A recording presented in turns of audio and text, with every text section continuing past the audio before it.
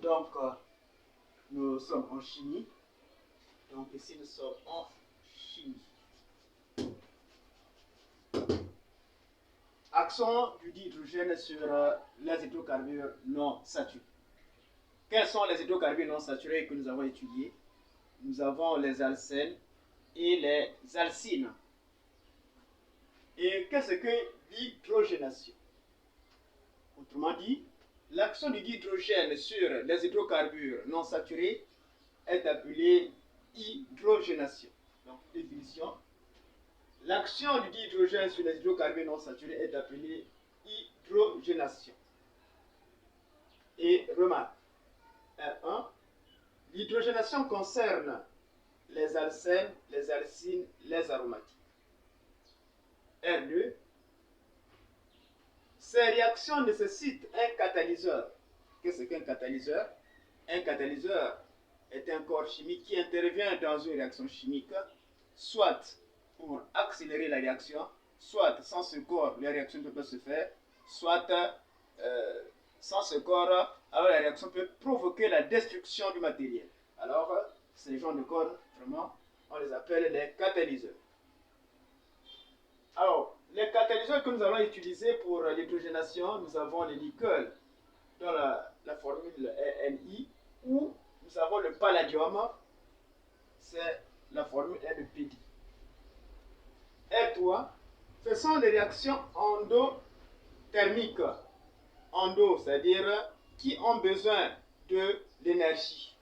Donc, sans l'apport énergétique, alors ces réactions ne peuvent pas se faire. D'où on dit que ce sont des réactions endothermiques, car elles nécessitent la chaleur. De hydrogénation des alcènes. L'hydrogénation des alcènes donne les alcanes. Et ici, évidemment, on va utiliser comme catalyseur le palladium. Et à la température de 200 degrés, autrement dit, il faut chauffer. Si on ne chauffe pas, les réactions ne peuvent pas se faire. C'est la raison pour laquelle on dit que ce sont des réactions endothermiques.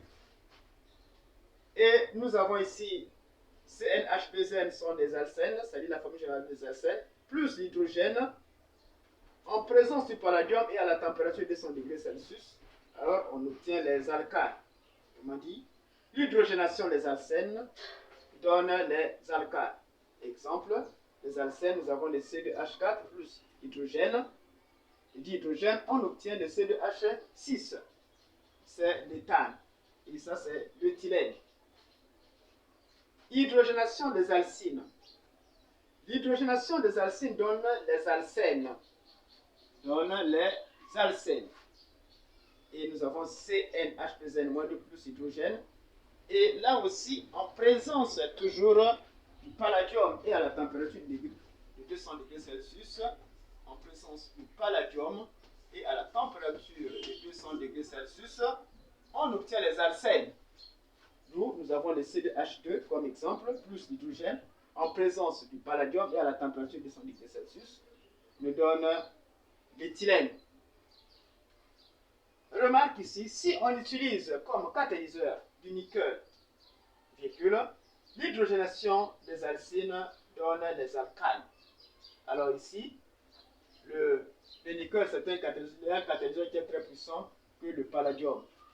Donc, au lieu d'utiliser toujours le palladium, alors on remplace le nickel à la place du palladium pour obtenir les alcanes. Donc, l'hydrogénation des alcynes donne les alcanes. Donc, nous avons CnH2n- plus d'hydrogène en présence du nickel à la température de 200 degrés Celsius, on obtient les alcanes. Et nous avons le poisson C2H2+. 2H2 nous donne, en présence du nickel et à la température de 200 degrés Celsius, on obtient le C2H6.